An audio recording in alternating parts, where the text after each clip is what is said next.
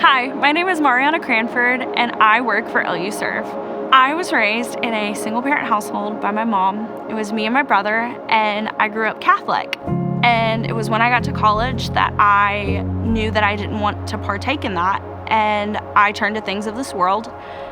And my biggest vice was alcohol, and it just became a large part of what I did and what I identified with. It wasn't until about my senior year when I realized that that wasn't for me, and I felt this loss almost, what do I do if I don't have that? And that's whenever I started getting interested in God and knowing God.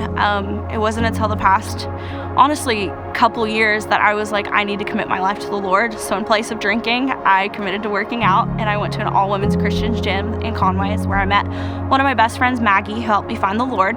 One Saturday morning, we went down to a coffee shop in downtown Conway, and she looked at me and she said, "Mariana, I have to ask you a question." And I just kind of looked at her and I said, "Okay, Maggie, what's up?"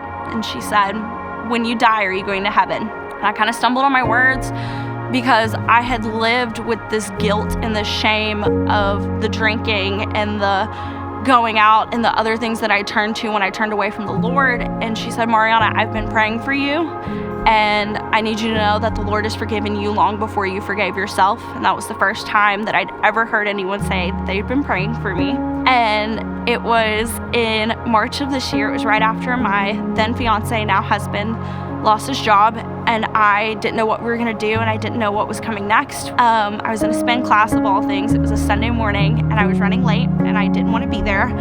And the spin instructor, she said, she's like, "This is a time that we're just gonna talk, and if you need to be with the Lord, you need to be with the Lord." And she said, "I don't know who needs to hear this, but you need to let go and let God."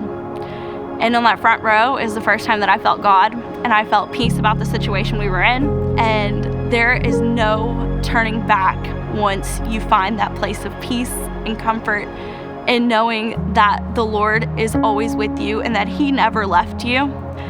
And that is what is so special, is the Lord was always with me even when I was turning away, and at no point did I ever go too far for Him to reach.